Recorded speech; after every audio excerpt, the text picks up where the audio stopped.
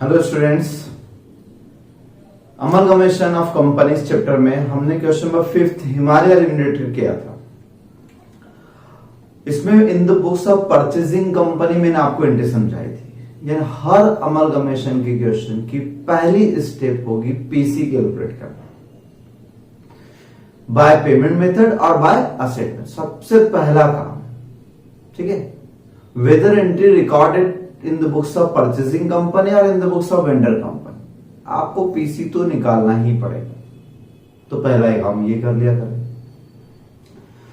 अब क्वेश्चन में अगर परचेजिंग कंपनी की एंट्रीज पूछी है तो वो ज्यादा इजी, क्योंकि वो बहुत कम होती। 3 एंट्री तो मेन बताई मैंने, plus old debenture to new debenture या लिक्विडेशन एक्सपेंस, ये 4-5 एंट्री आती, ज्यादा नहीं। लेकिन अब हम आज सीखते हैं वेंडर की बुक्स में एंट्रीज कौन कौन सी, यानी जो कंपनी अमलगमेट होकर दूसरे में मर्ज हो रही है उसमें क्या एंट्री की जाए। तो भाई इसका एक ही लॉजिक है, जो वेंडर है वो अपना पूरा बिजनेस बेच रहा है, चाहे इन द नेचर ऑफ मर्जर में बेच रहा है, चाहे इन द नेचर ऑफ परचेज में दे रहा है। टेक ओवर कहें, एब्जॉर्प्शन कहें, मर्जर कहें, ठीक, अमलगमेशन के कोई भी फॉर्म में अगर कोई अपना बिजनेस बेच रहा है, इसका मतलब ये हुआ कि उसकी असेट्स एंड लायबिलिटीज के अकाउंट जो खुले हुए हैं उनको बंद करना है। बस हमारे माइंड में ये रहे। यानी अगर मान लो मैं हिमालय के क्वेश्चन की बात करता हूं, हिमालय लिमिटेड के क्वेश्चन की, तो इसमें जो बैलेंस शीट दिख रही है तुमको सह्याद्री लिमिटेड की, वेंडर थी। तो अगर मुझे सह्याद्री की बुक्स में एंट्री करना है तो क्या करना पड़ेगा, मुझे सारे अकाउंट, जितने भी अकाउंट दिख रहे हैं, ये बंद करना पड़ेगा, क्लोज करना पड़ेगा, तभी तो बैलेंस शीट क्लोज होगी। और जब बैलेंस शीट क्लोज होगी, ठीक है, तो ही तो आपका बैलेंसिंग फिगर जीरो, यानी सारे अकाउंट क्लोज हो जाना चाहिए, बैलेंस शीट जीरो हो जाना चाहिए। जैसा हम पार्टनरशिप डिसॉल्यूशन में करते थे, एक एक करके हम बैलेंस शीट के सारे आइटम कहीं ना कहीं ट्रांसफर करते थे, ठीक वैसे ही यहां होगा। तो उसके लिए आप पहले स्टेप लिख लें, कैसे हम करेंगे, क्योंकि एंट्री ज्यादा होती इस कारण से। तो पहले तो हेडिंग लिखेंगे इन the books of vendor company. और वेंडर कंपनी में चाहे अमलगमेशन हो या मर्जर, सेम एंट्री होती है, ठीक है। इसलिए same entries in merger and amalgamation in the nature of purchase, पूरा लिख लेना। Same entries in amalgamation in the nature of merger और परचेज, सेम एंट्री होती है।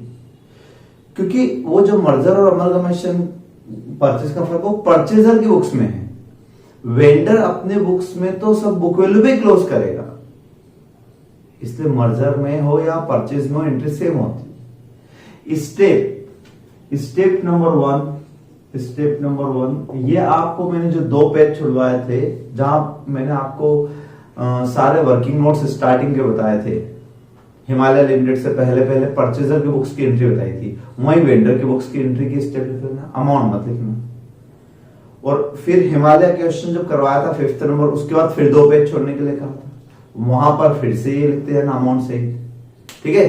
तो मैं आपको दोनों बात समझाऊंगा, पहले फॉर्मेट, पहले एंट्री समझाऊंगा, फिर इस हिमालय लिमिटेड को उससे कनेक्ट करूंगा। तो पहली एंट्री, सबसे पहली स्टेप जो रहेगी हर क्वेश्चन में, वो रहेगी आप रियलाइजेशन अकाउंट में all assets and liabilities taken over by purchaser transfer to realization account।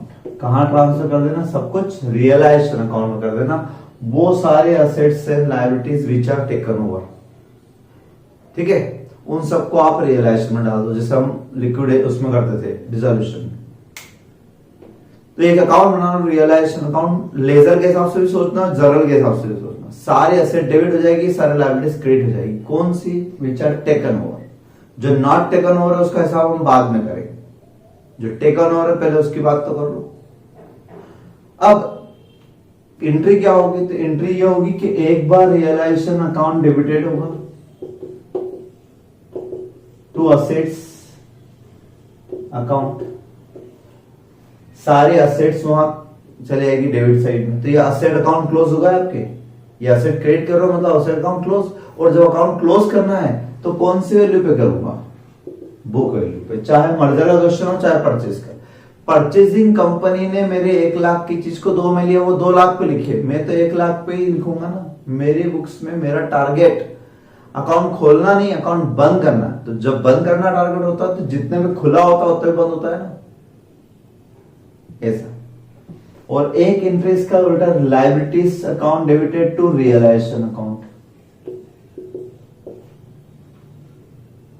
ठीक है, 2 एंट्री तो ये करना है, असेट देने की, लायबिलिटीज की। और एक्सपेंडिचर अगर है, liquidation expenses of vendor company, तो हमने पढ़ा कि अगर परचेजर दे तो परचेजर की बुक्स में करना, वहां पर गुडविल अकाउंट डेबिट या कैपिटल रिजर्व अकाउंट डेबिट से करते हैं एंट्री। और लिक्विडेशन एक्सपेंसेस इन्होंने ही दिए, वेंडर ने ही दिए अपने एक्सपेंस, तो वो खुद एंट्री करे। तो जो पे करेगा वो एंट्री करेगा, सीधी सी बात है। ये पे करेंगे तो इनके लिए रियलाइजेशन एक्सपेंसेस है, क्या है ये, एक्सपेंसेस। तो ये भी कहां जाएंगे, रियलाइजेशन अकाउंट में जाएंगे। ठीक है ना, ये कहां जाएंगे, अकाउंट में जाएंगे। Liquidation expenses paid by vendor, vendor वाले। तो 3 एंट्री का सेट ये याद रख लोगे आप, ये उन 2 पेजेस में लिख लो। अब इन तीनों को समझने के लिए हम इस क्वेश्चन पर आते हैं, हिमालय लिमिटेड। साथ साथ में समझेंगे, जल्दी समझ में आएगा। हिमालय लिमिटेड में सारी एसेट, सारी लायबिलिटीज टेकन ओवर थी, कुछ भी छोड़ने के लिए नहीं कहा था। हालांकि रिवोल्यूशन नीचे दिया हुआ था कि बिल्डिंग 3 लाख की, प्लांट मशीन 3 लाख की वगैरह, लेकिन मुझे कोई मतलब नहीं, क्योंकि मेरी बुक्स में लैंड बिल्डिंग अकाउंट कितने से खुला उतने से बंद करूंगा। ठीक है, तो आप जो फर्स्ट एंट्री करेंगे वो क्या करेंगे, फर्स्ट तो हिमालय लिमिटेड में सारे एसेट टेकन ओवर है ना, तो रियलाइजेशन अकाउंट डेबिट होगा एक बार। 2 goodwill, plant, land, plant, debtors, stock और even cash and bank balance भी, सारी चीज 5 लाख से ये एंट्री। क्या नरेशन हो जाएगी, यही नरेशन हो जाएगी, real assets taken over by purchasing company या ट्रांसफर टू परचेसिंग कंपनी, उनको देती। ये रियल है वो गुडविल, इसलिए। ठीक है, ये गुडविल रियल है, इसलिए गुडविल को तो ऑलवेज आप रियलाइजेशन डाल देना, क्योंकि सोचने वाली बात है कि जब कंपनी ने हमारे साथ हमारा बिजनेस ही ले लिया तो गुडविल तो ऑटोमेटिक चलेगी ना। उसकी वैल्यू बुक में जो लिखी वो क्यों ली, जबकि उनके बुक्स में तो कुछ और आई थी, हिमालय के बुक्स में तो कुछ और आई थी गुडविल, याद करो। तो मुझे परचेजर की बुक्स की बात नहीं करना है। परचेजर ने ये सारे फिगर एग्रीड वैल्यू पे लिखे होंगे, रिवैल्यूड अमाउंट पे लिखे थे। मुझे तो अपने बुक्स बंद करना है, तो जितने से अकाउंट खुला उतने से बंद करूंगा ना। मेरा ये अकाउंट 70,000 से खुला हुआ है, ये 140 से है, ये 160 से, ये 18 से, ये 84 से और कैश 28 से, तो 5 लाख से अकाउंट खुला, 5 लाख से बंद कर दिया। ये तरीका है। लायबिलिटी की एक एंट्री, सेकंड एंट्री। लायबिलिटीज में 2 लायबिलिटी थी, डिबेंचर्स और creditors. 6% debentures account debited, creditors account debited to realisation. इसके नरेशन हो जाएगी, liabilities taken over by purchasing company 50,000 और 10,000। सर 50 ही क्यों लिखे, इसको तो हमने न्यू बुक्स में, तो उसकी बुक्स में तो हमने 60 कर दिया था। तो भाई वो उसकी बुक्स की बात थी, वो ले जा रहा था 50 के डिबेंचर्स, 20% प्रीमियम पे करने का कमिटमेंट किया था। वो जाने, हमारी बुक्स में 50 से खुला, 50 से बंद कर देंगे। तो असेट अकाउंट हो गया, लायबिलिटी अकाउंट हो गया। एक्सपेंडिचर नीचे थे 12,500, वो हिमालय ने दिए थे। अगर सह्याद्री ने दिए होते तो एक एंट्री और कर देता, realisation account debited to bank. तो 3 एंट्री हमेशा करना, असेट, लायबिलिटी और एक्सपेंडिचर। ठीक, अगले स्टेप पर आते हैं। ठीक है, सेकंड स्टेप। सेकंड स्टेप में एंट्रीज क्या, तो सेकंड स्टेप में आप एंट्री लिखेंगे, step number 2, PC related entries. आपने असेट दे दी, उनको लायबिलिटीज दे दी, भाई कुछ लो भी तो सही, बदले में पीसी भी तो लो। तो पीसी से रिलेटेड 3 एंट्री करेंगे। नंबर 1, पीसी ड्यू करते हैं। अब आप अपने आप को वेंडर समझना, आपको उनसे लेना है पैसा, लेना है मतलब डेटर है वो आपके। तो आप क्या करोगे, परचेजिंग कंपनी जो है, परचेजिंग कंपनीज अकाउंट डेबिट करोगे। पीसीज, और रियलाइजेशन अकाउंट क्रिएट कर देंगे। नरेशन क्या हो जाएगी, being PC due from purchasing company, उनसे लेना है, इस बार हमने डेटर बना दिया। और रियलाइजेशन के क्रेडिट में क्यों लिखते हैं, क्योंकि ये जो पीसी आ रहा है ये असेट्स के बदले में आ रहा है। तो आपको याद होगा पार्टनरशिप में भी आप एक रियलाइजेशन अकाउंट बनाते थे, उसमें सारी असेट्स यहां लिखते थे, क्रेडिटर्स लायबिलिटीज यहां लिखते थे, और जब ये असेट्स रियलाइज होती थी तो आप क्रेडिट लिखते थे, याद? या ये असेट अगर कोई पार्टनर ले जाता था तो पार्टनर्स कैपिटल अकाउंट लिखते थे यार। तो ऐसे यहां पर ये सारे असेट कौन ले गया, ये सारे असेट्स परचेजर ले गया, तो रियलाइजेशन अकाउंट क्रिएट कर दिया। ये ड्यू करने की एंट्री, तो लेजर भी माइंड में चलते जाए। अब पीसी ड्यू कर लिया, अब पीसी रिसीव भी कर लो, ले लो। क्या आएगा पीसी के बदले में, तो पीसी के बदले में जो भी आया आपके पास, पीसी के बदले में इक्विटी शेयर कैपिटल आ सकती है, सॉरी कैपिटल वर्ड नहीं लिखेंगे, कैपिटल वर्ड नहीं लिखेंगे, लिखेंगे equity share in purchasing company, या प्रेफरेंशियल शेयर्स, डिबेंचर्स भी आ सकते हैं, डिबेंचर्स इन परचेजिंग कंपनी, या कैश पेमेंट भी आ सकता है। तीनों मोड आ सकते हैं, डेबिट व्हाट कम्स इन। तो ये आए, यानी ये इन्वेस्टमेंट एक तरीके से उनके शेयर्स हमारे पास आए। 2, ये अकाउंट यहां खुला परचेजिंग कंपनी अकाउंट, और यहां क्रेडिट हो जाएगा। बीइंग पीसी रिसीव्ड, ये इसकी नरेशन हो गई। 2 एंट्री। तीसरी एंट्री, ये शेयर्स किसके लिए आए हैं, किसके लिए आए हैं? हम तो अकाउंट बंद करने निकले थे, ये तो हमने नया अकाउंट खोल लिया। तो भाई ये शेयर्स आए हैं शेयर होल्डर्स के लिए, तो जिसके लिए आया उसको दे दो, तेरा तुझको अर्पण क्या लागे मेरा। तो प्रेफरेंशियल के लिए आया तो प्रेफरेंशियल दे दो, इक्विटी के लिए आया तो इक्विटी के दे दो, जिसके लिए आया उसको दे दो। ठीक है, तो अगली एंट्री में क्या करेंगे हम, नेक्स्ट एंट्री,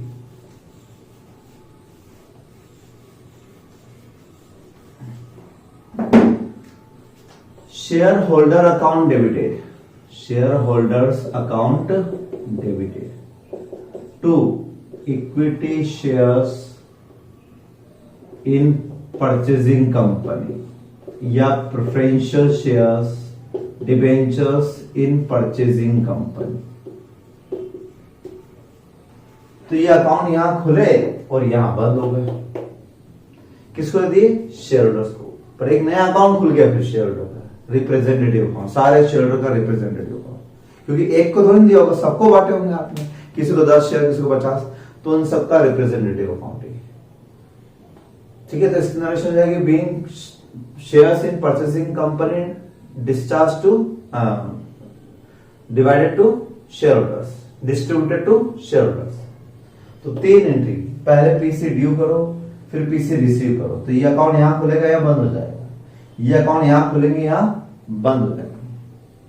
ठीक, हो सकता है कि ये प्रेफरेंशियल शेयर्स प्रेफरेंशियल होल्डर्स के लिए आए हो, इक्विटी के लिए नहीं आए। मतलब वेंडर कंपनी में प्रेफरेंशियल शेयर होल्डर थे, उनके लिए परचेजर कंपनी ने अपने प्रेफरेंशियल दिए, तो प्रेफरेंशियल टू प्रेफरेंशियल, तो उसकी एंट्री में अगले स्टेप में होता था।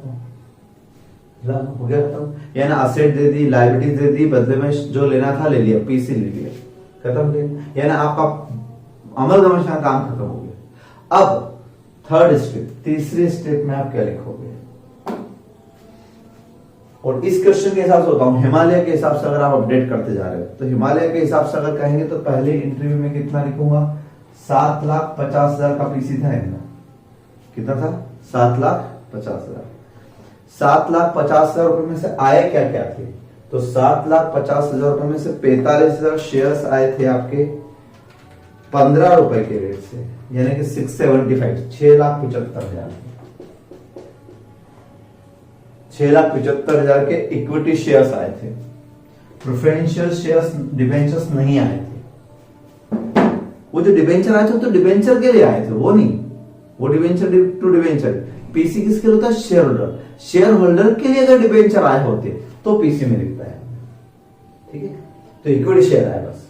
और इक्विटी शेयर्स को पूरे 15 से क्यों लिखा सर, कैपिटल अलग से क्यों नहीं लिखा, तो भाई आपका इतना नॉलेज तो होगा, जनरल नॉलेज 11th 12th में इतना तो पढ़े होगा आपने कि प्रीमियम की एंट्री इश्यूइंग कंपनी करती है। वो अपने शेयर 10 रुपए के 15 में इश्यू करेगी तो 10 कैपिटल के अलग लिखेगी, 5 अलग लिखेगी, तो हिमालय लिमिटेड लिखेगी ना। हम थोड़े ना, हम तो इन्वेस्टर है। मैंने रिलायंस के शेयर लिए, अभी मार्केट में रिलायंस का शेयर 2200 रुपए का है, तो 2200 रुपए लिखूंगा कि 10 रुपए लिखूंगा और बाकी प्रीमियम लिखूंगा क्या? नहीं ना, मैंने 2200 में लिखा, 2200 लिखी। तो ऐसे यहाँ पर तो ये तो इन्वेस्टर है ना, इसको तो शेयर्स आ रहे हैं, debit what comes in, investment है। तो एक तरह से इन्वेस्टमेंट अकाउंट है, इन्वेस्टमेंट इन परचेजिंग कंपनी। और कैश भी आया था 2,25,000 शायद। कैश कितना आया था अपने को? 2.5 रुपए के हिसाब से 30,000 शेयर, 75,000 सॉरी 75,000। तो 7,50,000 ये अकाउंट खोला या बंद हो गया।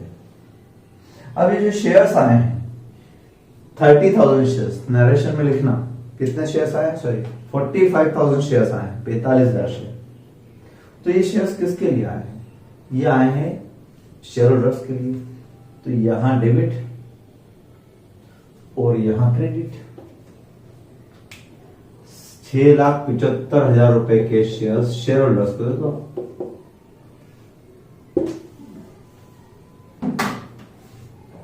तो पीसी ड्यू किया, पीसी रिसीव किया, शेयर शेयर होल्डर को दे दिए। सर कैश क्यों नहीं दिया? कैश अभी देते हैं, बाद में देंगे, और जरूरत पड़ी तो आखिरी में उन्हीं को देंगे। तो कैश रोक लिया, बाकी दे दिए। तो 3 एंट्री का सेट है। अब स्टेप नंबर 3, स्टेप नंबर 3 में आप लिखना assets liabilities not taken over and preferential share holder. जो असेट्स वो नहीं ले गए, जो लायबिलिटीज वो नहीं ले गए, और एक प्रेफरेंशियल शेयर होल्डर। हालांकि प्रेफरेंशियल शेयर होल्डर्स को लायबिलिटी नहीं माना जाता, बट फिर भी प्रेफरेंशियल शेयर होल्डर अगर होते तो क्या होता? तो प्रेफरेंशियल शेयर होल्डर के लिए भी वहां से कुछ आता, या तो प्रेफरेंशियल शेयर आते, क्या आते प्रेफरेंस, या फिर कैश आता आता। तो हम उसके लिए क्या एंट्री करते हैं? तो अगर प्रेफरेंशियल शेयर कैपिटल होती इस क्वेश्चन में, तो preferential share capital account debit होता, यानी अगर यहां होता तो डेबिट। उनके बदले में अगर यहां प्रेफरेंशियल शेयर आए होते तो ये प्रेफरेंशियल शेयर यहां डेबिट होते, यहां क्रेडिट कर देते। तो कई बार ऐसा होता है कि वेंडर के प्रेफरेंशियल के लिए परचेजर अपने प्रेफरेंशियल देता है, तो प्रेफरेंशियल टू प्रेफरेंशियल क्लोज कर देता है। हो सकता है प्रेफरेंशियल शेयर्स को इक्विटी शेयर आए होते, इनमें से कुछ पार्ट इनका होता तो इनको देते इक्विटी। तो यहां लिख देता मैं equity shares in purchasing company, यानी थोड़े इनको देते, थोड़े इनको देते। तो इक्विटी शेयर 675 में से हो सकता है 6 इनके लिए आए, तो 6 यहां लिख देता, 75 यहां लिख देता, ऐसा भी हो सकता था। जो भी आए, पैसा आया था होता तो पैसा, ये बैंक अगर इनके लिए आया होता तो इनको लिख देता। यानी डेबिट द रिसीवर और क्रेडिट व्हाट गोज आउट, जो जाए वो दे देना। शेयर्स जाए तो शेयर्स लिख देना, पैसा जाए तो पैसा लिख देना, जो भी हो। शेयर्स इन परचेजिंग कंपनी या बैंक, जो भी जाएगा वो लिख देंगे, जो भी होगा, ठीक, जो भी शेयर्स हो। इक्विटी शेयर हो तो इक्विटी, प्रेफरेंशियल हो तो प्रेफरेंशियल, इसलिए मैंने ऐसा लिखा है शेयर्स इन परचेजिंग कंपनी। अब हो सकता है कि 4 लाख के प्रेफरेंशियल हो और आपने 2 लाख ही दी, तो बाकी डिफरेंस का अमाउंट क्या करें? और हो सकता है कि 5 लाख दे दिए, तो डिफरेंस का क्या करें?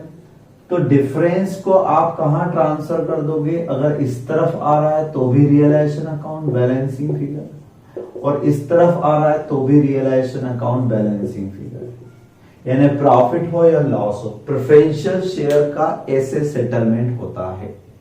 उनके लिए हिमालय से यानी परचेजर से जो भी कुछ आ रहे दे दो। फिलहाल इस क्वेश्चन में तो ये एंट्री है ही नहीं, क्योंकि प्रेफरेंशियल शेयर्स है ही नहीं, देख लो, तो ये एंट्री से बच गए। अगली एंट्री, एक असेट की और एक लायबिलिटी, 3-3 के जोड़े में इसलिए सिखा रहा हूं ताकि याद रहेगा। तो एक तो प्रेफरेंशियल शेयर होल्डर वो नहीं ले गए थे, इसलिए हमने सेटलमेंट कर दिया। हो सकता था यहां पर कुछ असेट छोड़ देते हो, suppose except land and building ऐसा लिखा, तो फिर उस असेट का हम क्या करते? जैसे पार्टनरशिप में होता है, अगर कोई असेट्स नहीं बिक पाती तो क्या होता है? पार्टनर ले जाता है। ऐसे यहां पर, तो यहां पर अगर कोई असेट वो लोग नहीं ले गए हैं तो हम मार्केट में बेच देंगे, पैसा आ जाएगा, पैसा शेयर होल्डर बांट लेंगे। तो उसकी एंट्री क्या होगी सर? तो उसकी एंट्री आप लिखोगे क्या?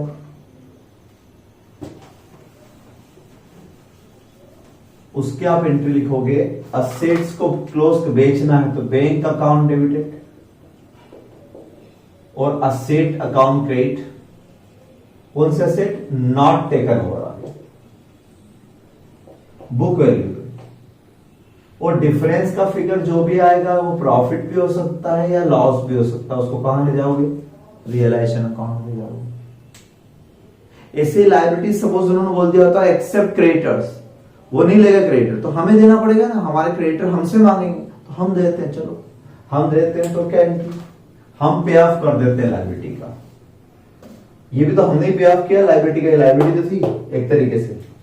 तो क्रेडिटर्स यानी कि लायबिलिटी नॉट टेकन ओवर, कौन सी लायबिलिटी? नॉट टेकन ओवर वाली, उसको हम पेमेंट कर देते हैं, हम पेमेंट कर देते हैं उसको, हम पेमेंट कर देते हैं। हम डिफरेंस जो भी आएगा या तो रियलाइजेशन अकाउंट में डेबिट होगा या वो रियलाइजेशन अकाउंट में क्रेडिट होगा। ज्यादा दिया या कम दिया वो क्वेश्चन में डिपेंड करेगा। तो 3 एंट्री का सेट ही 1 2 3। इस क्वेश्चन में ना तो प्रेफरेंशियल शेयर है, ना कोई असेट छोड़ने का कहा उन्होंने, कुछ भी नहीं छोड़ी। लायबिलिटी छोड़ने का कहा नहीं, यानी कोई भी असेट लायबिलिटी नहीं बची जिसको हमें सेटल करना पड़े, तो ये एंट्री नहीं हो। ठीक, अगर ये एंट्री होती तो आप देखो यहां तक आपके सारे असेट अकाउंट बंद हो चुके हैं। कुछ असेट्स वो ले गए तो रियलाइजेशन में बंद हो गए, और जो असेट नहीं ले गए वो यहां बंद हो गए। कुछ लायबिलिटी रियलाइजेशन में ट्रांसफर कर दी, जो लायबिलिटी नहीं ले गए वो यहां लिख दी। तो सारे असेट्स सारे लायबिलिटीज खत्म। तो इसमें आप है ना एग्जाम में ऐसा भी कर सकते हो कि बैलेंस शीट में टिक लगा करते हो, ये अकाउंट क्लोज, ये क्लोज, ये क्लोज, ये क्लोज, डॉट बनाते जाओ कि ये क्लोज होते जाए। जो क्लोज हो गया उसको डबल रिपीट नहीं करना। अब बचे कौन से होंगे? तो बचे होंगे डेफिनेटली कैपिटल, एक इक्विटी शेयर कैपिटल अकाउंट बचा होगा और एक रिजर्व्स एंड सरप्लस बचा होगा। स्टेप नंबर 4 में आप क्लोजिंग एंट्रीज लिखेंगे। क्या लिखेंगे? Closing entries. तो लास्ट में आप ध्यान से देखना, कोई भी क्वेश्चन करो जैसे स्टाइल में होता है वैसे करना, कभी गलत नहीं होगा। तो आपके अधिकांश अकाउंट बंद हो चुके हैं। असेट्स में भी सारे रियल असेट्स या तो वो ले गए या हमने बेचे थी, लायबिलिटी या तो वो ले गए या हमने पे ऑफ कर। अब बचा क्या होगा? एक तो आपका बचा होगा इक्विटी शेयर कैपिटल अकाउंट,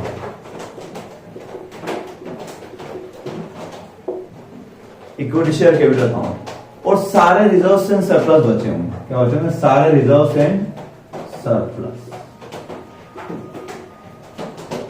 सारे, चाहे वो सिक्योरिटी प्रीमियम हो, कैपिटल रिजर्व हो, रेवेन्यू रिजर्व हो, पीएनएल अकाउंट हो, कुछ भी हो, सारे रिजर्व। क्योंकि रिजर्व्स रियल लायबिलिटी नहीं होते, तो ना तो वो मार्केट में हमने पे करे और ना वो ले गया सामने वाला, तो ना हमने पेमेंट करा और ना वो ले गए। टू शेयर होल्डर अकाउंट, या बल्कि इसी एंट्री में काम और करेंगे। अगर कोई preliminary expenses, surrender writing commission, ऐसे कोई फिक्टिशियस पड़ी होगी तो वो भी अकाउंट खुला हुआ होगा। अभी वो बंद नहीं हुआ है, क्योंकि ना तो हमने इसको रियलाइजेशन खत्म करा और ना हमने मार्केट में बेचा। तो आप वो भी यहां पर कर दोगे फिक्टिशियस असेट अकाउंट, वो डेबिट होता है। तो यहां क्या कर देंगे? तो ये बच्चे हुए सारे अकाउंट बंद हो गए। अब आप ध्यान से सोचो, इमेजिन करो बैलेंस शीट में, यानी बैलेंस शीट में सारी real asset, land, building, plant, machine सब बंद हो गई। प्रिलिमिनरी एक्सपेंस बचा था वो भी बंद हो गई। लायबिलिटीज में equity, preferential, debentures, reserves and surplus, credit सब बंद हो चुके हैं। ये बचे थे, रिजर्व बचे थे, ये बचे थे, ये आपने इस एंट्री में खत्म कर दिए। इन सबको ले जाओ शेयर होल्डर अकाउंट। कहां ले जाओ? Share holders account. 3 एंट्री के सेट की बात कर रहे हैं। अब आप क्या करेंगे? अब सब अकाउंट बैलेंस शीट के बंद हो चुके हैं, लेकिन एक अकाउंट और खुल गया था ना, रियलाइजेशन अकाउंट। तो रियलाइजेशन अकाउंट का difference, realisation account balance transfer to share holder account. कहां ले जाओ? Share holder. डेबिट आया या क्रेडिट आया, जो भी आया उसको शेयर होल्डर में ट्रांसफर। तो तो वो अकाउंट भी बंद हो गया। अब आखिरी में दो ही अकाउंट खुले हुए रह जाएंगे, एक तो शेयर होल्डर अकाउंट और एक bank cash and bank account, क्योंकि आखिरी में जितना भी कैश बचेगा वो किसको दिया जाएगा, शेयर होल्डर को। तो आखिरी में जितना भी कैश बचे वो share holder account debited to cash and bank. और डेफिनेटली दोनों अकाउंट का फिगर मैच हो जाएगा, मतलब आपकी एंट्री सही है वरना गलत है। अब अपने इस 5th नंबर क्वेश्चन में देखते हैं, इसमें क्या एंट्री होगी। तो इसमें होगी आपकी ये वाली एंट्री, क्या हो जाएगी आपकी, equity share capital account debited 3 lakh रुपए। ठीक है, रिजर्व्स एंड सरप्लस में जनरल रिजर्व है 1 lakh, general reserve account 1 lakh, अलग अलग ही वो क्लोज करना। PNL account 20,000, PNL account 20,000। Dividend equalisation reserve, dividend equalisation reserve ये कितना है, ये भी है 20,000। कोई इधर फैक्ट्री एसेट्स है क्या, प्रिलिमिनरी एक्सपेंसेस है, गुडविल नहीं, गुडविल तो रियल एसेट में जाएगी, तो रियल एसेट होती है। फैक्ट्री से बहुत बार बता चुका हूं मैं, तो जिसकी कोई रिकवरेबल अमाउंट ना हो, जिसका कोई जैसे लॉस पीएनएल अकाउंट का डेबिट बैलेंस इधर पड़ा हो, अंडरराइटिंग कमीशन हो, इस तरह के आइटम, तो ये नहीं है। ठीक है, तो इसको लिखने की जरूरत भी नहीं। तो ये होगा आपके 4,40,000 ये transfer to share holder account. अब आप ध्यान से देखो, हिमालय की लायबिलिटी साइड पूरी कंप्लीट है, सारे अकाउंट क्लोज हो चुके हैं, असेट्स भी सारे क्लोज हो गए, एक भी नहीं बचा। ठीक, अब रियलाइजेशन अकाउंट, रियलाइजेशन अकाउंट की जो मैंने एंट्री बताई है उसमें प्लस माइनस करना। सर कैसे करेंगे, तो आप ऐसे करना कि जैसे मैं पहले भी आपको बताते आया हूं, टी फॉर्मेट में रियलाइजेशन अकाउंट बना लो, रफ में लिखो। जितनी बार आपने डेबिट किया वो डेबिट लिख लो, जितनी बार क्रेडिट किया क्रेडिट लिख लो, डिफरेंस देख लो। अगर डिफरेंस क्रेडिट में आ रहा है, इसका मतलब आपकी एंट्री हो जाएगी रियलाइजेशन को क्रेडिट करना है आपको, और कहां ट्रांसफर कर देना है इसको, शेयर होल्डर अकाउंट में, तो शेयर होल्डर डेबिट हो जाएगा। और अगर आपका डिफरेंस इस तरफ आ रहा है तो रियलाइजेशन डेबिट कर देना और शेयर होल्डर क्रेडिट कर देना। ये डिपेंड करेगा क्वेश्चन पे, किसी में लॉस आएगा किसी में प्रॉफिट आएगा। और कैलकुलेटर पे मत करना, कैलकुलेटर पे करने से क्या होता है, तुमको पता ही याद ही नहीं रहती कि डेबिट ज्यादा है क्रेडिट ज्यादा है। आप तो टी फॉर्मेट में करो, कभी मिस्टेक नहीं होगी। अब रियलाइजेशन अकाउंट भी बंद हो चुका है और आखिरी अकाउंट बचेगा शेयर होल्डर। तो आप खुद देखो, इस पूरे क्वेश्चन में हमने शेयर होल्डर को कितना लिखा था। हमने शेयर होल्डर एक बार यहां लिखा 440, एक बार आपने इस रियलाइजेशन वाली एंट्री में लिखा होगा शेयर होल्डर, है ना, और एक बार आपने जब शेयर्स आए थे वहां से 6,75,000 के इक्विटी शेयर्स तब डेबिट किया। अब वो डिफरेंस का फिगर डेफिनेटली आपका उतना ही आएगा जितना कैश एंड बैंक बैलेंस का आएगा। तो आप कैश एंड बैंक बैलेंस देख लेना कितना आ रहा, उतना ही डिफरेंस आपका निश्चित तौर से शेयर आएगा, तो वो मैच हो जाएगा बराबर, 100% मैच हो जाएगा। ये है कंसेप्ट कुल मिला के। तो मैंने आपको एंट्री कैसे समझाई, 4 स्टेप में, 4 स्टेप में 3 एंट्री का सेट, तो याद रहता है। पहले असेट्स एंड लायबिलिटीज और एक्सपेंसेस का, फिर पीसी की 3 एंट्री, ये हो गया आपका अमलगमेशन का हिसाब खत्म, उनसे काम खत्म देने लगे। अब जो बचा हुआ वो हमारा, तो हमें एसेट बेचना है बची हुई, हमें लायबिलिटी सेट ऑफ करना है बची हुई, हमें प्रेफरेंशियल शेयर होल्डर को देना है, ठीक है, और फिर ये आखिर में क्लोजिंग एंट्रीज खत्म करना है। चलो एक क्वेश्चन और कर लेते हैं, 6th नंबर, तो हो सकता और अच्छे से बात क्लियर हो जाए। अब 6th नंबर क्वेश्चन करेंगे तो बात फिर वही कि सबसे पहले आप पीसी निकालेंगे। क्या निकालेंगे सबसे पहले आप, परचेज कंसिडरेशन। तो पहले बिल्कुल इत्मीनान से वीडियो रोक के पहले क्वेश्चन को पढ़े। 6th नंबर क्वेश्चन क्या लिखा हुआ 6th नंबर में, balance sheet of Arun and Varun limited दोनों की दे रखी है। Varun was absorbed by Arun, Varun was absorbed by Arun. तो अरुण लिमिटेड जो है वो है परचेजर और वरुण लिमिटेड जो है वो है वेंडर। पहले तो ये माइंड में फिट कर लो, ये गलती नहीं पढ़ना है। Varun limited was absorbed by Arun, क्योंकि देखो ये गलत करा अगर आपने, तो उल्टा कर दोगे क्वेश्चन, उसकी असेट लेने की जगह अपनी असेट दे दोगे तुम, उल्टा हो जाएगा क्वेश्चन। तो अरुण परचेजर है, वो वरुण के बिजनेस को एब्सॉर्ब कर रहा है, तो वरुण की बैलेंस शीट की जो असेट है वो एब्सॉर्ब होगी। तो ध्यान किस पे ज्यादा ध्यान चाहिए, वरुण की बैलेंस शीट इंपॉर्टेंट है। अभी अरुण की बैलेंस शीट का कोई काम नहीं। जैसे हिमालय वाले क्वेश्चन में हिमालय की बैलेंस शीट कहां दी थी, तो भी क्वेश्चन हुआ ना। तो परचेजर की बैलेंस शीट इंपॉर्टेंट नहीं, पहले वेंडर की balance sheet important. Fixed assets other than goodwill valued so and so, value of stock to be इतना इतना, डेटर्स वगैरह। तो ये असेट लायबिलिटी का रिवैल्यूएशन दिया, और रिवैल्यूएशन दिया इट मींस ये amalgamation in the nature of purchase है। Arun Limited to assume liabilities, to assume liability means to take over liabilities and to discharge 6% debenture by issue of 5% debenture. तो debenture के बदले में debenture दे रहे हैं, ये पीसी का पार्ट नहीं होता है, क्योंकि ये डिबेंचर होल्डर को जा रहा है, शेयर होल्डर को नहीं जा रहा। न्यू प्रोजेक्ट वैल्यूड 95,000, ऊपर कहीं न्यू प्रोजेक्ट की असेट दिखी होगी, वो 95,000। तो यहां तक का पार्ट तो असेट लायबिलिटी का रिवैल्यूएशन है। Share holder of Varun limited, अब इनकी बात आ रही है, share holder of Arun limited, sorry Varun limited. तो वेंडर के शेयर होल्डर को आप जो देते हो वही तो पीसी होता है। तो यहां सतर्क हो जाना है कि share holder of Varun to receive cash payment 30 per share plus 4 share in Arun for every 5 shares है।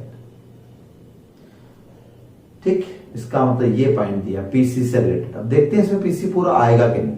अगर आ जाएगा तो ये पीसी, और नहीं आएगा तो फिर असेट मेथड पे जाना पड़ेगा। इसमें तो पेमेंट दिया कि कितना पेमेंट करना है, अगर पेमेंट पूरा पूरा दिख रहा है तो पेमेंट मेथड से, और अगर ये नहीं हो पाएगा तो फिर असेट मेथड से। Both the companies to declare and pay dividend 6% prior to absorption. ये कह रहा था कि अगर कोई और एंट्री आ जाए प्रायर टू एब्जॉर्प्शन तो पहले वो खत्म कर।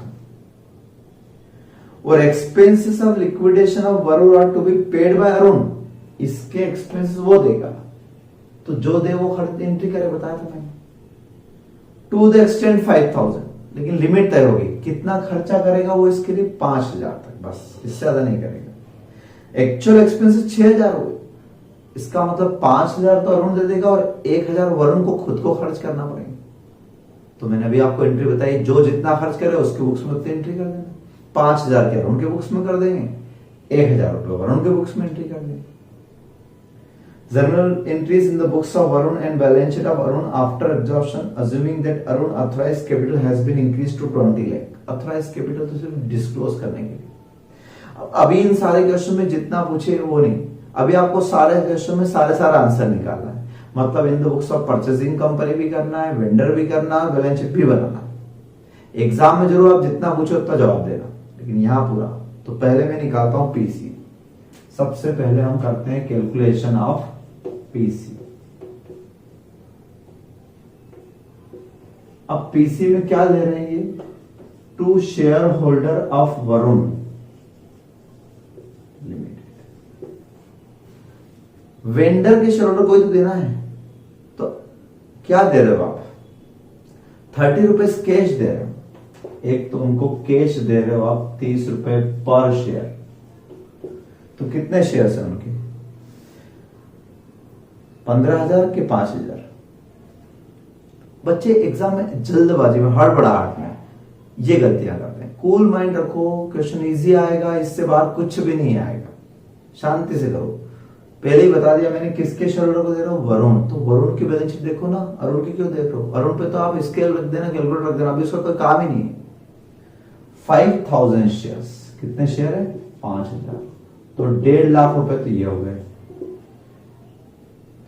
And plus 4 equity shares in Arun for 5 shares held by them. और क्या दे रहे हैं, और दे रहे हैं हम shares in Arun limited. Arun limited में शेयर्स दे रहे हैं, लेकिन रेशो दिया है, तो रेशो अप्लाई कर देते हैं। 5,000 शेयर्स थे, वरुण के कितने, 5 है। उनको कितने के बदले में कितने मिल रहे हैं, तो मिल रहे हैं 4 शेयर्स मिल रहे हैं अरुण में फॉर 5 हेल्ड बाय देम। तो जिसने 5 शेयर हेल्ड कर रखे हैं उनको 4 शेयर्स अरुण के मिल रहे हैं। तो मैंने हमेशा कहा आपको ये कंसेप्ट सब जगह कॉस्ट अकाउंट में यहाँ कि मैचिंग, ये वरुण के शेयर है, ये भी वरुण के शेयर, और आपको चाहिए क्या अरुण के, तो अरुण के इनटू कर दो, तो सिमिलर आइटम डिवाइड करो। यहाँ गलती नहीं होना चाहिए, 2 बार पढ़ लेना, रेशो उल्टा करा सब कुछ गलत, पीसी गलत, आखिर तक सब गलत। हो सकता है एग्जामिनर आपको मार्क्स ना दे। तो 4000 शेयर्स, कितने शेयर्स आ गए, 4000 शेयर्स आ गए इन अरुण, अरुण लिमिटेड में 4000 शेयर दोगे। प्राइस नहीं दी, कोई बात नहीं, प्राइस नहीं दी, लेकिन प्राइस कुछ और मानने का तो नहीं कहा ना। एट प्रीमियम बोला क्या, कुछ नहीं बोला ना, इसका मतलब एक पार होता है, कुछ नहीं कहे तो हम अरुण के शेयर्स ऊपर चलते हैं। अरुण के शेयर, एक शेयर कितने का, 100 रुपए का दिख रहा है ना, तो ऑफ 100 ईच। प्राइस का कुछ और मैनर दिया होता कि price based on so and सो, ऐसा कुछ लिखते हैं, अभी आएंगे क्वेश्चन से, तो फिर प्राइस भी निकालो। फिर कुछ नहीं कहा है तो शेयर इंपॉर्टेंट है, शेयर आ गए ना, काम हो गया अपना, 4 लाख रुपए। तो ये पीसी आ गया 5,50,000 रुपए, पीसी टू शेयर होल्डर्स, कितना बढ़िया। प्रेजेंटेशन भी सिस्टमेटिक होना चाहिए, देखो जैसे मैंने लिखा है, नंबर ऑफ शेयर सब कुछ क्लियर, इसकी मार्किंग रहेगी, ठीक है।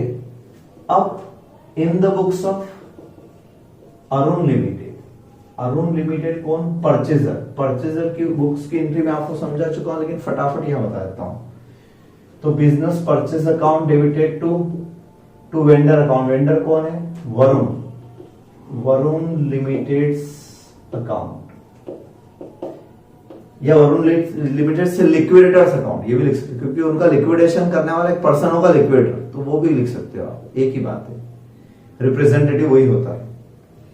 तो पीसी कितना, 5,50,000, 5,50,000। नरेशन बहुत बार बता दी। सेकंड एंट्री इंपॉर्टेंट होती है कि असेट्स एंड लायबिलिटीज कितने कितने पे, तो fixed assets other than goodwill to be valued at 5 lakh including 6,000 for furniture. तो वरुण के असेट गुडविल को छोड़ के कितने की, प्लांट मशीन 4,20,000 की और फर्नीचर 5,000 का, 3 तो असेट थी, 3 में से गुडविल हटा दो।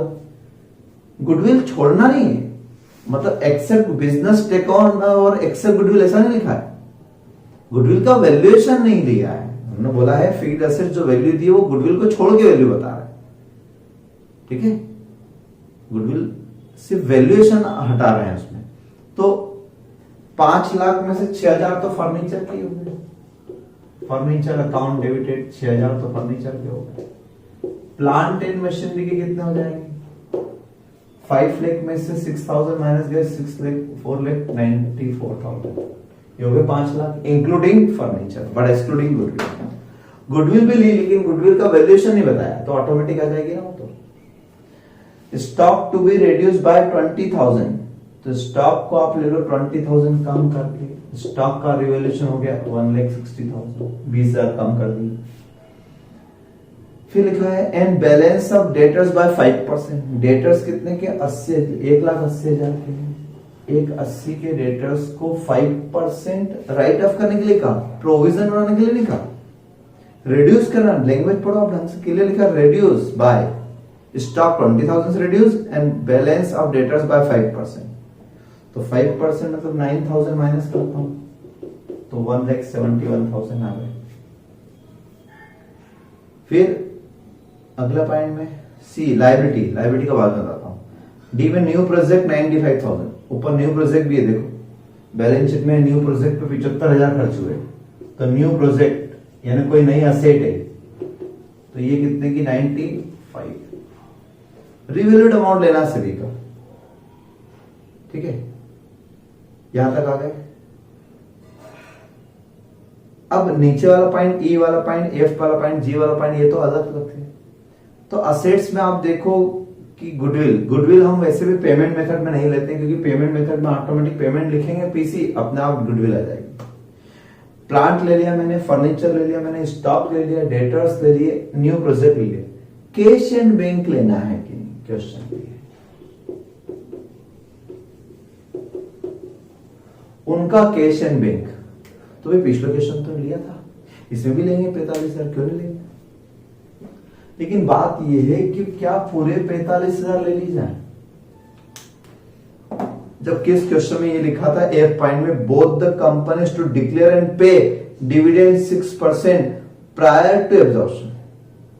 दोनों कंपनी ये भी देगी, इसमें भी डिविडेंड की एंट्री करूंगा मैं, पहले कर दूं या बाद, पहले ही कर देना थी वैसे मुझे, क्योंकि प्रायर टू एब्जॉर्प्शन, तो एब्जॉर्प्शन की एंट्री से पहले ही, तो आप 2 एंट्री ऊपर लिख लेना।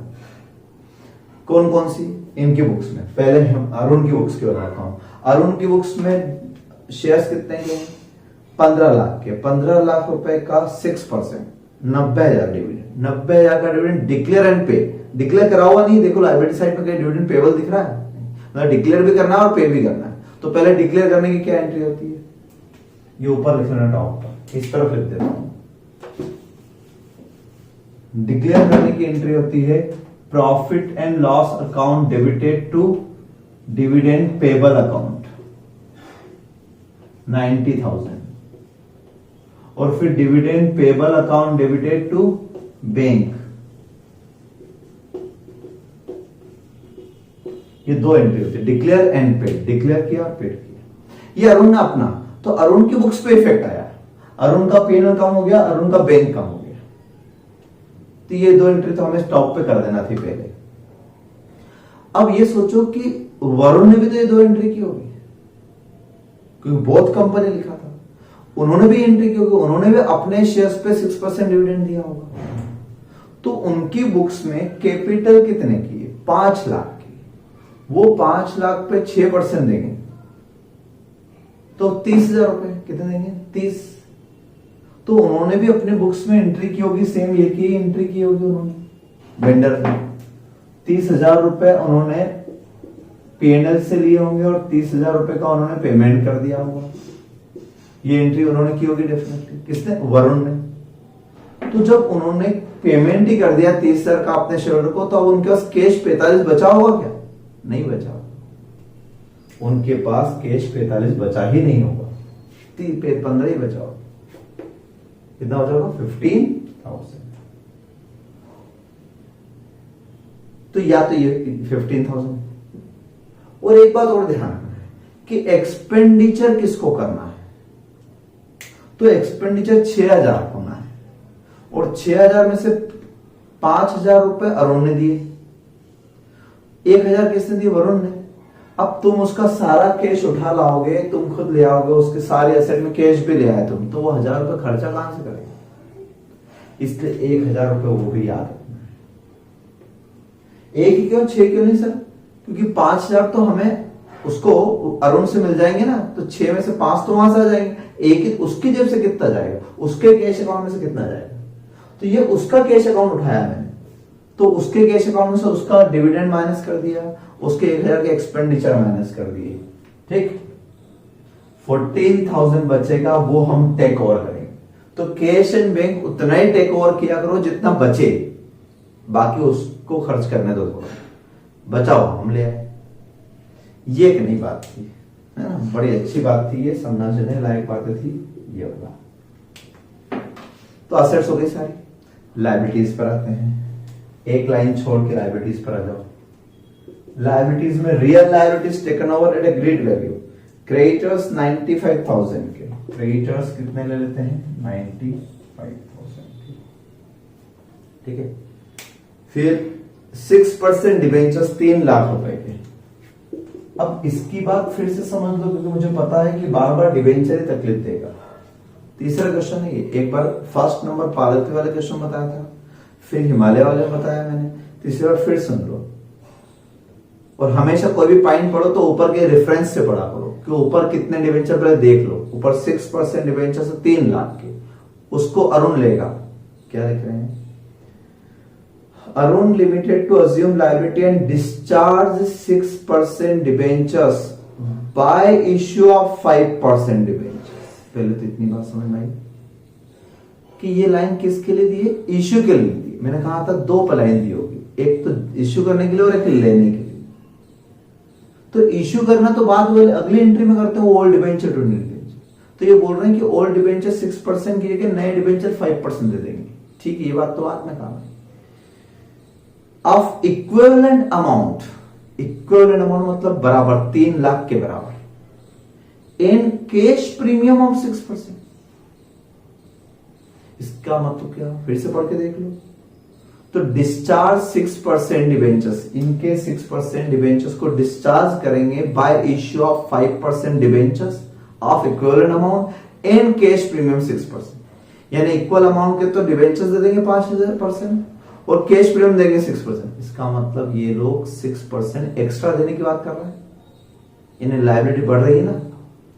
तो डिबेंचर्स वैसे तो 3 लाख रुपए के, लेकिन 3 लाख पर 6% प्रीमियम देना है, चाहे कैश में दे, शेयर्स में दे, कैसे भी दे, 6% एक्स्ट्रा तो देना है ना कैश प्रीमियम। तो 3 लाख का 6%, ठीक है, 18,000। यानी लायबिलिटी टेकन ओवर कितने की, ये बताया कि पहले लिया कितना हो सोचो, मतलब कितने का प्रॉमिस किया कि हम इतना देंगे, कैसे देंगे वो बाद में सोचते हैं, डिबेंचर देंगे या कैश देंगे वो बाद में, लिया कितने का, 6% प्रीमियम की बात हो रही है। और कोई लायबिलिटी नजर आ रही है नहीं, revenue reserve, capital reserve liability नहीं है। तो क्या लिख दूंगा मैं, बिजनेस परचेज 5,50,000, ठीक है, ये being assets and liabilities purchase. अब यहां पर आप 5,50,000, 3,18,000 और 95,000 इसमें से माइनस कर देंगे 6,000,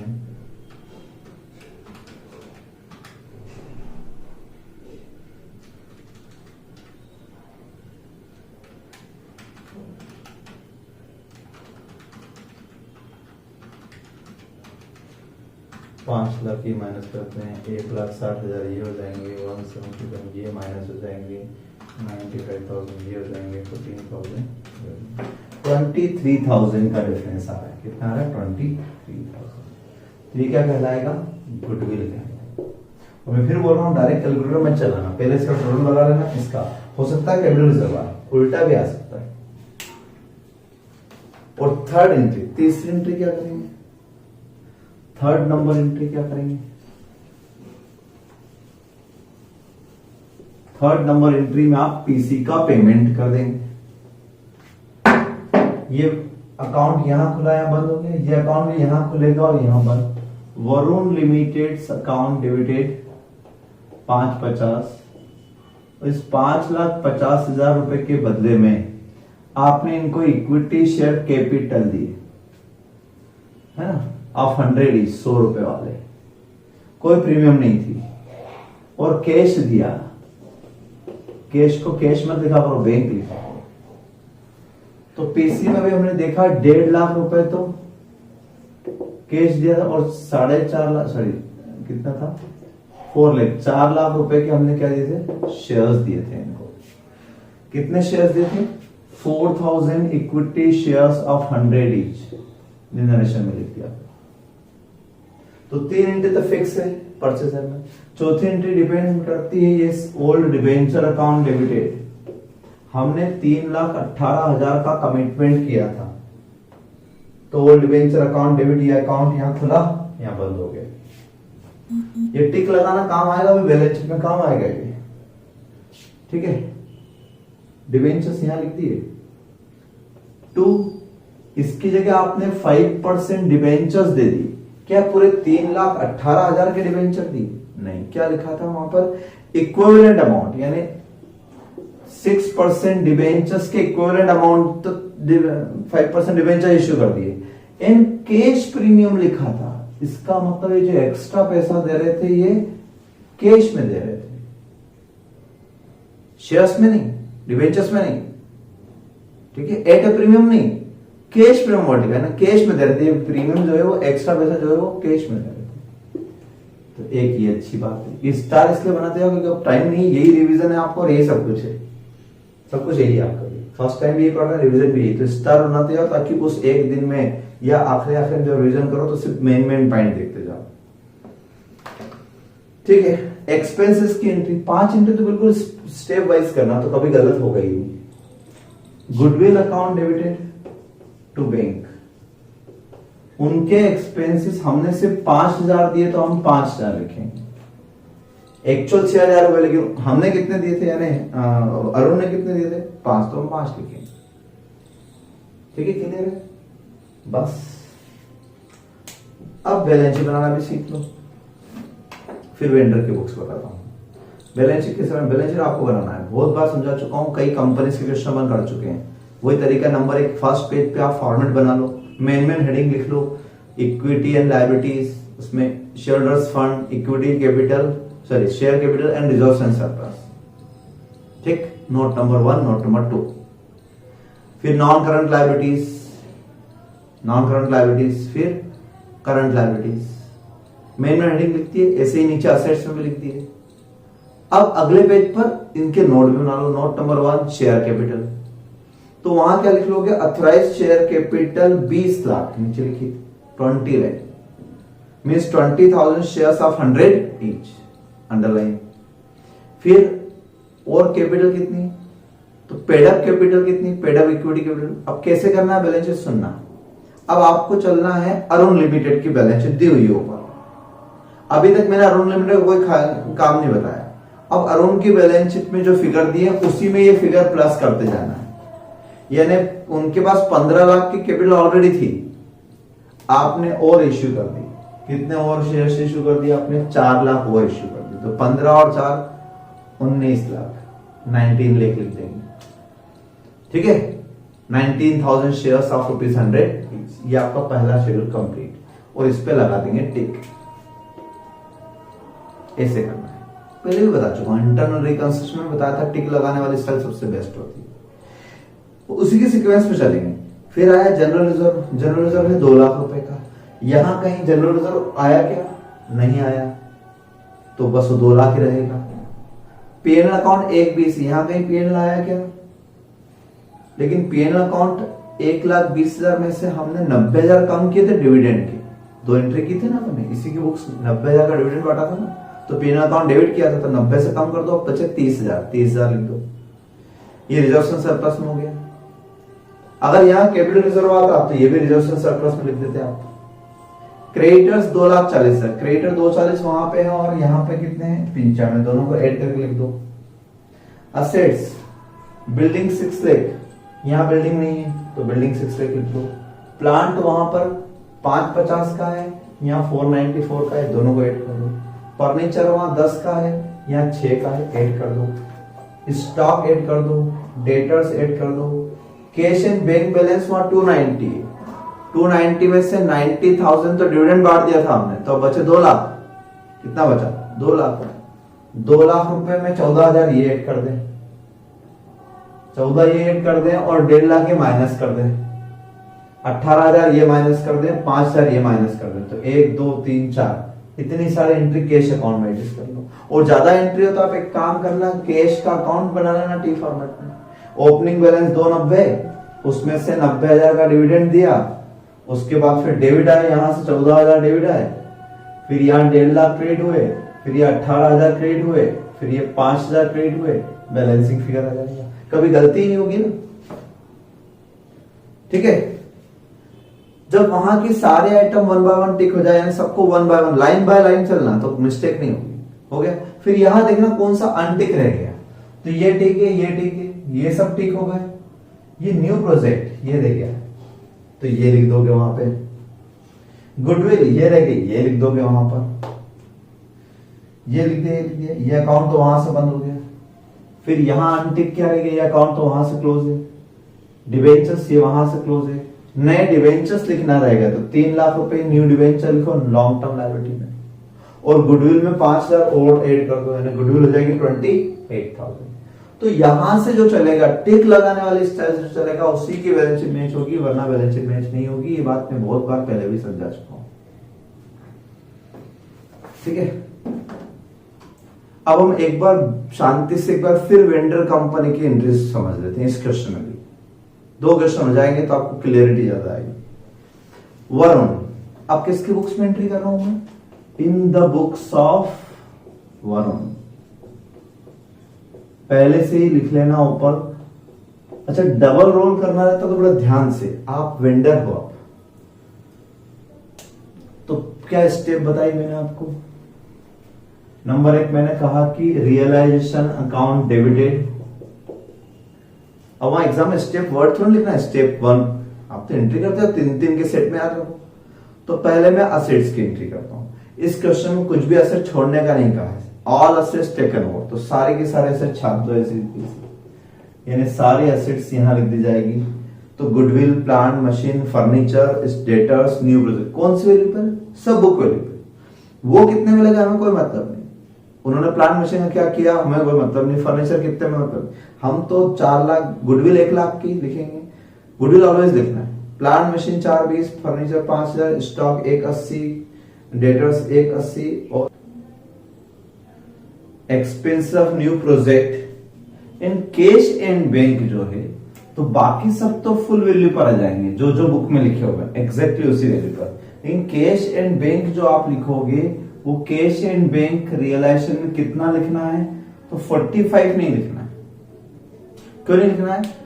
यहां क्या लिखते हैं हम? Assets taken over bye purchasing company. जो असेट हमने उनको दी वो असेट हम 1 बाय 1 ट्रेड करते जा रहे हैं। तो क्या हमने उनको कैश 45,000 दिया? नहीं दिया।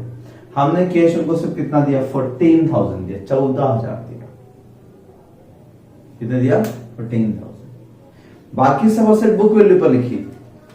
तो हमने 1 लाख रुपए की गुडविल, 4,20,000 रुपए ये, 5,000 फर्नीचर, 180 का स्टॉक, 180 की डेटर्स, 75,000 के प्रोजेक्ट, इन 9,60,000 तो ये, और प्लस 14,000 कैश ये दिए हमने। यानी आपके पास जो 10,05,000 थे उसमें से आपने 30,000 का डिविडेंड हटा दिया, 1,000 के एक्सपेंस हटा दिया, तो 10,74,000, सॉरी 9,74,000 ये asset taken over by purchasing company. ठीक है। लायबिलिटीज टेकन ओवर, तो लायबिलिटीज में क्या क्या taken over? Liabilities taken over by company. अच्छा, इससे पहले वही हम डिविडेंड की 2 एंट्री करना भूल गए। जब भी बिफोर वर्ड लिखा हुआ आता है वो एफ पॉइंट, तो पहले डिविडेंड की एंट्री करना थी। यानी आप इससे पहले, या आप भूल गए तो कोई बात नहीं, हम यहां लिख देते हैं डिविडेंड की एंट्री पहले कर देते हैं, बिफोर एब्जॉर्प्शन करना थी। तो वरुण लिमिटेड ने डिविडेंड डिक्लेयर किया होगा तो उसमें भी P&L account debited to dividend payable account लिखा होगा।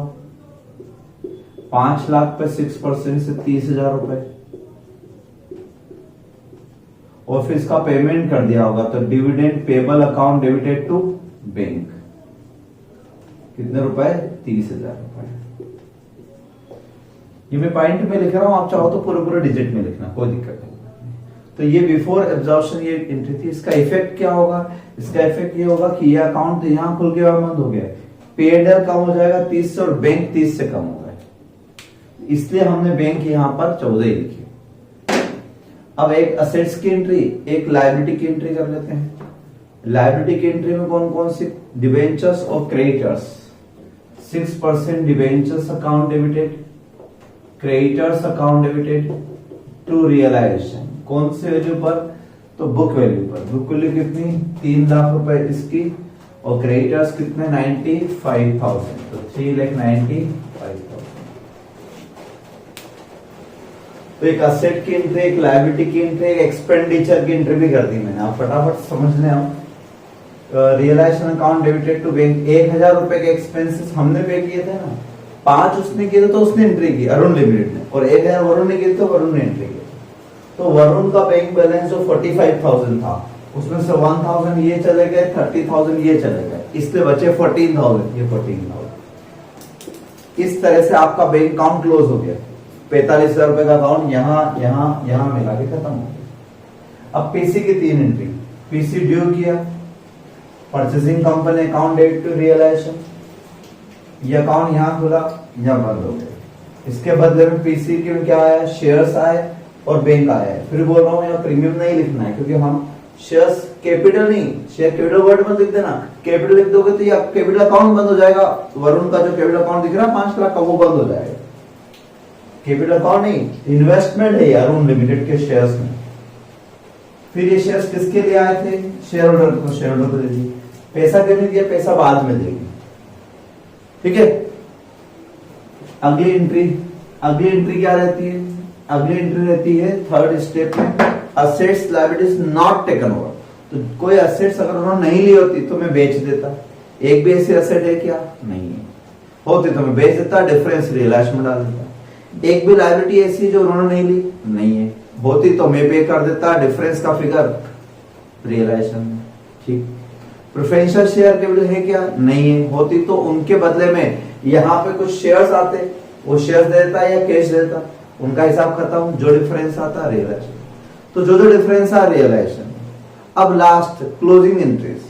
क्लोजिंग एंट्रीज में आप इक्विटी शेयर कैपिटल अकाउंट बचा है आपके पास 5 लाख रुपए का, कैपिटल रिजर्व अकाउंट बचा है आपके पास 50,000 का, रेवेन्यू रिजर्व अकाउंट बचा है आपके पास 25,000 का, P&L अकाउंट बचा है आपके पास 35,000 का, उसमें से 30,000 के तो डिविडेंड डिस्ट्रीब्यूट हो गया, पहले एंट्री में किया था ना डिविडेंड अकाउंट, तो P&L अकाउंट डेबिट किया था, ये भी याद रखना है। तो बचा 5,000। ठीक, तो सारे टिक लग गए। देखो लायबिलिटी साइड में ये बचे थे, सब बंद हो गए। इधर आते हैं, कोई फिक्टिशियस आइटम बची नहीं। वो जो न्यू प्रोजेक्ट है वो तो रियल एसेट है भाई, उसका तो वैल्यूएशन दिया है नीचे, उसकी वैल्यू है, तो वो फिक्टिशियस थोड़ी ना है। होती तो क्रेडिट कर देते हैं। तो जो बचे हुए एसेट लायबिलिटी है उसको खत्म करके कहां ट्रांसफर कर दोगे? शेयर होल्डर अकाउंट में, यानी कि 5,80,000, 5,80,000 ट्रांसफर हो गया खत्म। अब रियलाइजेशन अकाउंट की बात कर लेते हैं, जब सारे अकाउंट क्लोज हो जाए तो आखिरी रियलाइजेशन अकाउंट में क्या बताया मैंने, आप एक रफ में बनाना रियलाइजेशन अकाउंट, कितनी बार डेबिट हुआ कितनी बार क्रेडिट हुआ। तो पहले तो हमारा फर्स्ट एंट्री में रियलाइजेशन डेबिट हुआ था 9,74,000, सारे एसेट ट्रांसफर की थी हमने। फिर 3,95,000 यहां, फिर 1,000 रुपए से डेबिट, फिर क्रेडिट 550 से, टिक लगाते जाना। फिर यहां कुछ भी नहीं, यहां कुछ भी नहीं, वहां कुछ भी नहीं, बस रियलाइजेशन में इतना ही लिखा था, यानी कि 3,95,000 प्लस 5,50,000 माइनस 9.74 माइनस कितना होगा ये, एक में 3.95 प्लस 5.5 माइनस 9.74 और माइनस 0.01, मतलब 30,000 आपकी इस तरफ कम पड़ रहा है, 30,000 इस तरफ कम पड़ रहा है, देखो जरा। ठीक है, एक बार और देख लेता हूं क्योंकि यहां मिस्टेक नहीं होना चाहिए बराबर। तो 30,000 से रियलाइजेशन मुझे क्या करना है, क्रेडिट कम पड़ रहा है तो क्रेडिट करना पड़ेगा, उल्टा नहीं, कम जिधर उधर लिखेंगे ना। और ये भी ट्रांसफर कर दूंगा शेयर होल्डर अकाउंट में। तो आखिरी के 3 एंट्री का सेट सारे शेयर होल्डर फंड हमने ट्रांसफर कर दिया, शेयर होल्डर को रियलाइजेशन का बेनिफिट को नहीं मिला। और अब आखिरी में 2 अकाउंट बचेंगे, एक तो शेयर होल्डर्स अकाउंट, ये नया खुला हमने, और एक कैश एंड बैंक। तो कैश एंड बैंक या तो ऐसे टी फॉर्मेट में पूरा बना लेना, एक बार पूरा बना के देखोगे तो क्या होगा, पूरा बना के अगर देखोगे कैश एंड बैंक, तो ओपनिंग में थे 45,000, 45 में 30 का डिविडेंड बांट दिया था, 1,000 रुपए एक्सपेंडिचर कर दिए थे, बचे थे 14,000 कहां ट्रांसफर हो गए थे, रियलाइजेशन। तो ओपनिंग तो पूरा खत्म हो गया। नया कहां से आया, तो नया तो आया यहां 1.5 लाख, फिर कुछ दिया कुछ भी नहीं, वापस कुछ भी नहीं हुआ, यानी आपके कैश एंड बैंक अकाउंट में 1.5 लाख रुपए बचे हैं। कितने बचे हैं? 1.5 लाख। इतने ही रुपए का cash and bank account 1.5 lakh रुपए जो बचे हैं, ये आप किसको दे दोगे? शेयर होल्डर को। इतने ही रुपए शेयर होल्डर के अकाउंट में होना चाहिए, देखते हैं। तो शेयर होल्डर्स के अकाउंट में क्या है, शेयर होल्डर के अकाउंट में एंट्री कहां आती है? पहली बार यहां आई एंट्री 4 लाख से डेबिट, 580 से क्रेडिट और 30 से डेबिट। देख लो बराबर 1.5 लाख रुपए बच रहे हैं, तो ऑलवेज मैच हो जाएगा, हो गया इसका मतलब आपका आंसर। तो होमवर्क रहेगा आपका ये वाला क्वेश्चन 6 तो पूरा रिपीट करना है, पूरा 7th करना आप और 8th करना, 3 क्वेश्चन आपको करना पूरे दोनों की बुक्स में विद गाइडेंस। ठीक है, थैंक यू। और 7th नंबर क्वेश्चन की एक बात बताता हूँ, इसमें डेटर्स प्रोविजन बनाने के लिए कहा है 5%, और ये भी कहा है कि debtors of Ellora include 10,000 due from Ajanta. तो ये इंटर कंपनी ट्रांजेक्शन का पहले कुछ भी नहीं होता है, आप पूरा पीसीवीसी निकाल लो, एंट्री भी कर लो, लेकिन जब एंट्री करोगे परचेजर के बुक्स में assets account debited to liabilities account करोगे ना, वेंडर में कोई फर्क नहीं आएगा असेट, तो वहां पर आप प्रोविजन जो बनाओ वो पूरे डेटर में मत बनाना, 50,000 में से 10,000 हटा के 40 पर 5% बनाना, लेना पूरे 50, डेटर अकाउंट डेबिट कितना करना 50, लेकिन प्रोविजन बनाना 40। क्यों? क्योंकि डाउटफुल, तो डाउट किस पे करोगे? अपने डेटर पे डाउट करोगे क्या? अब आप खुद ही डेटर क्रेडिटर एक ही तो हो गए, आप ही क्रेडिटर थे, आप ही डेटर बन गए, तो आपकी बुक्स में आ गया, तो वो ऑटोमेटिक इंटर कंपनी ट्रांजेक्शन आगे जाके एलिमिनेट करने की एंट्री बताऊंगा। बट फिलहाल अभी क्या करना है आपको डेटर्स प्रोविजन यानी डेटर्स डेबिट तो पूरे 50 लिखना है ना, land and building, machinery, stock, debtors, cash, ये सब लिखते हैं ना डेबिट में, तो उसमें पूरे 50 लिखोगे, टेकन ओवर तो पूरे 50 करेंगे, लेकिन प्रोविजन टू प्रोविजन कितना बनाओगे? 40 का 5%, ठीक। और आखिरी में एक एंट्री पास करेंगे, यानी बीच में कहीं कुछ डिस्टर्ब नहीं होता इंटर कंपनी का, कुछ भी गुडविल पे इफेक्ट आ जाएगा नहीं, तो इसलिए यहां एलिमिनेट नहीं करते, आखिरी में एलिमिनेट करेंगे। अब हमारी बुक्स में डेटर और हमारी बुक्स में क्रेडिटर आ गए, तो डेटर क्रेडिटर हट जाएंगे, तो इंटर कंपनी ट्रांजेक्शन की क्या एंट्री हो जाएगी? इन the books of purchaser, vendor में नहीं, वेंडर ने तो दे दिया, अब वो जाने, हमने दे दिया हमारा डेटर, ठीक है, अब वो जाने परचेजर, तो परचेजर क्या करेगा? अब वही डेटर है वही क्रेडिटर है, तो creditor account debit to debtor account cross entry कर देगा, creditor account debited to debtors account, तो लास्ट एंट्री ये और कर देना, ठीक है। कितने हजार रुपए से? 10,000 रुपए से, तो 10,000 creditor account debited, debtor account debited 10,000, तो बैलेंस शीट बनाते समय डेटर में से क्रेडिटर में से 10,000 हट जाएगा। इंटर कंपनी ट्रांजेक्शन का ऐसा होता है, लेकिन पहली, दूसरी, तीसरी एंट्री में नहीं, वरना गुडविल पे इफेक्ट आ जाएगा, क्योंकि मैंने असेट तो पूरी ली ना 50, डेटर तो, अब वो बात अलग है कि वो डेटर में मैं खुद भी एक ना था, मैं खुद भी मेरा भी नाम था उसमें, तो मुझे ही देना था और मुझे ही लेना हो गया, तो एंट्री बाद में हटाएंगे, पहले नहीं, तो पूरे 50 लेना पहले एंट्री में, और प्रोविजन कितना बनाना है? 40 पे। तो लॉजिक मैंने दोनों को बता दिया, 50 क्यों ले रहे उसका लॉजिक बताया कि लेना पूरे है, अभी हटाएंगे नहीं, अभी हटा देंगे 10 कहां जाएंगे, तो डायरेक्ट एलिमिनेशन नहीं होता है, पहले लेंगे फिर एलिमिनेशन करेंगे। और प्रोविजन 40 पे क्यों बता रहा हूं मैं पहले एंट्री में कि डाउटफुल है, तो डाउट किस पे करोगे? जो आउटसाइडर है उन पे करोगे ना, जो आपके खुद के उस पे करेंगे डाउट, ये लॉजिक है, बाकी और कुछ खास नहीं है। तो 8th नंबर क्वेश्चन और 7th नंबर क्वेश्चन और 6th, और तीनों में पहले आपके एक काम करना, 6th तो मैंने करवा दिया, 7th और 8th में एक बार पीसी मुझसे चेक करवा लेना, फिर करना।